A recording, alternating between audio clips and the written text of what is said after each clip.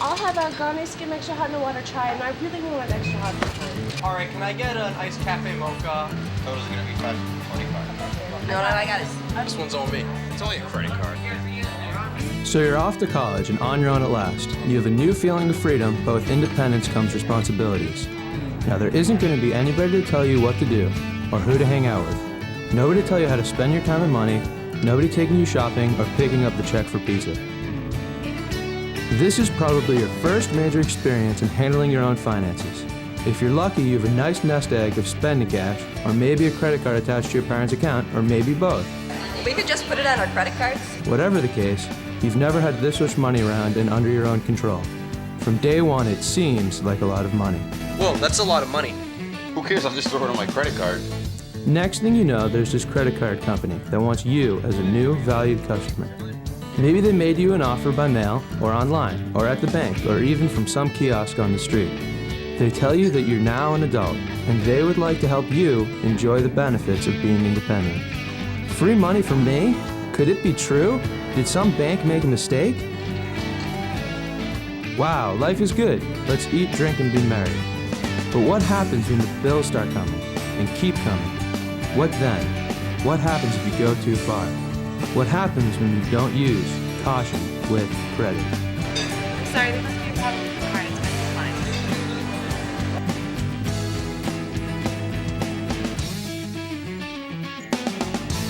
declined. Managing credit is an important responsibility. Credit managed well can be a wonderful resource that you can use for the most important purchases of your life. A house, a car, even your college education, as I'm sure you are all well aware. To have good credit, you must first establish a history of responsible credit use. A credit card, paid in full every month, is a great way to build your credit score. But remember, credit used recklessly can be an anchor around your neck that could weigh you down for the rest of your life. Let's get a little background from some experts. We're looking at these credit card companies and trying to tell young people that they should be cautionary. Not that they shouldn't use credit, because I think credit used wisely is very good. And it's good to establish it at a young age. You just have to establish it properly and not get carried away with it. You need to have a credit card. In this day and age, if you break down on the road, you need a tow truck, you need to have a credit card. What they'll often do is provide students with gifts.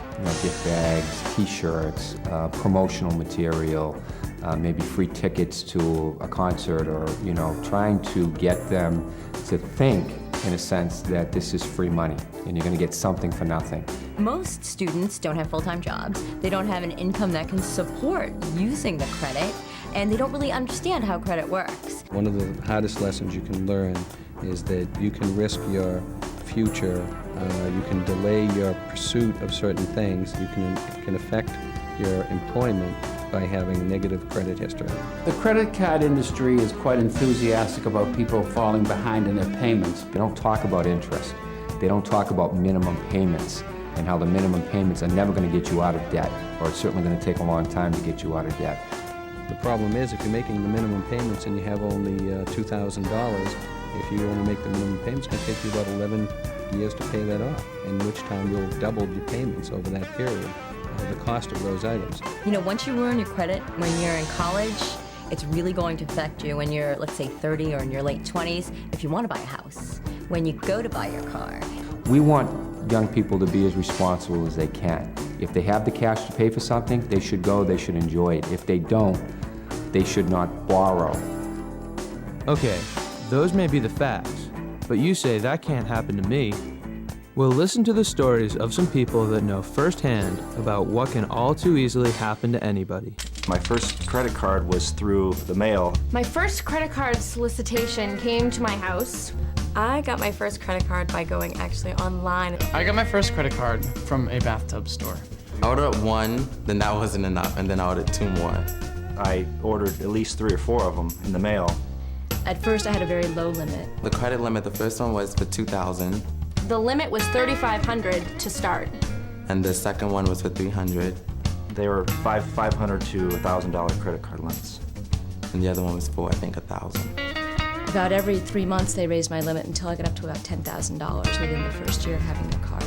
I never really used it just for emergencies. I'm kind of a shopaholic, so I got myself into trouble pretty quickly. I use my credit card for shopping, for books, for essential items. I bought a lot of bags, including a Coach purse, which I definitely didn't have the money to pay for. I maxed out my credit card in about a week because I bought a laptop. And the second one I maxed out about 3 weeks after that. I signed up for a trip to go to London and Paris right after graduation and didn't have a lot of spending money because I wasn't working full-time yet, so I brought the credit card with me, spent a lot of money there, which I'm still paying off to this day, even though the trip was 2 years ago. I tried to keep up with the credit cards. I couldn't keep up with them. I was paying less than the minimum payment, and that's when the interest rates started going up really high on them. I didn't pay it on time. And so when I missed that payment, I started to get the letters from them saying about this, the $25 charge for the late fee and then the interest rate that would go onto the purchase that I would owe them. I got up to first 14, and then 18, and then 22, and then both of them were at 28%. There was a lot of hidden little fees. It was like this $250 charge, but then there was another charge, and there was another charge, so it ended up being like $10, $15 a month. I paid off all my bills with my credit card, maxed out the card. At this point I had, I think, a $4,100 credit limit, and that was just maxed out, and I was starting to freak out, and I didn't know how I was gonna pay for it, because like I said, I didn't have a full-time job. I did call them when things started to go bad, and I found that it was really useless. All the little things just added up. A pack of gum, which was probably, 75 cents, a year later, I'm still paying interest on it. It was ridiculous. I wanted to cancel the card, which took months of correspondence and forms to fill out. I had to work extra shifts. Eventually, one of them offered me a settlement, was kind enough to offer me a settlement where I could pay half of the original principal balance, which at that point was around $3,000, and forgive the rest of it. And being a smart person, I took that. I paid them what they wanted, and they squeezed the blood from the stone, and I just said enough, and now I just never want one ever again in my life. Things are definitely better now, but because of my spending habits in the past, I haven't been able to do a lot of things I wanted to do. I guess I'm sort of in a trap. I'm trying to find a way out, but it's really hard. I can't get a cell phone in my own name. I can't get a mortgage, I can't get a car loan, I can't get another credit card that's not secured. You're paying, 17%, 18%, sometimes more interest, and that in and of itself is harassment. Sure, you can use credit cards for things you need and plan for. Use credit cards for things you need, like books or a trip home for Thanksgiving. Don't use credit cards to buy things that you can't afford or don't know when you'll be able to pay for. Use credit cards to build a credit history for your future, for that house or car you might dream about. Don't use credit cards to buy fun for yourself or your friends. Don't pick up the check for coffee or pizza just to be cool. Use credit cards when you have an emergency. Don't use credit cards to finance vacations you can't afford. Use credit cards, but remember, it's real money that someone's going to pay sometime, and that someone is you. There's help available, but it's not going to find you. You've got to be smart and talk to your advisors and your friends, and yeah, even your parents. They can be more understanding than you think. You can also get help from professionals. My advice to students. My advice would be, If I had to give advice to someone who was just leaving to go to college, I would say listen to your father and don't get a credit card. The most important thing I'd want students to know is not to go crazy with credit. Don't sign up for every credit card that's offered to you, and don't use it like it's free money. If you get a credit card and you're going to get a credit card, always make sure it's a low APR. Always make sure that there's no annual fee. And always make sure that you keep your credit limit as low as possible. Don't get more than one. Use it for emergencies only, and pay it off every single month. It's in your best interest to pay your credit card bills monthly.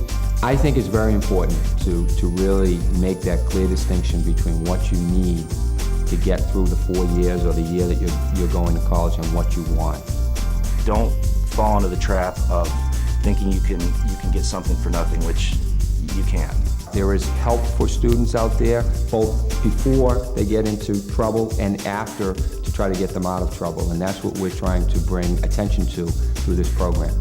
Once credit is damaged and once a person has paid late and their credit score has been hurt by using too much credit or overextending themselves, the most important thing to remember is start today. It takes a while to get your credit back up, but if you start now, today, that is the most important thing. I've learned that I don't ever want to be trusted. That if a card in the wallet is not as good as money in the wallet, and even though people say it's the same thing, it's not. All good advice, and it all comes down to acting smart with money and using caution with credit. I'd like to give my special thanks to our sponsors, Bank of America, Citizens Bank, Sovereign Bank, and Eaton Vance Management. Also underwritten by Lehman Brothers and UBS. This is a project from the Office of Massachusetts State Treasurer Tim Cahill's Division of Financial Education in partnership with Consolidated Credit Counseling Services.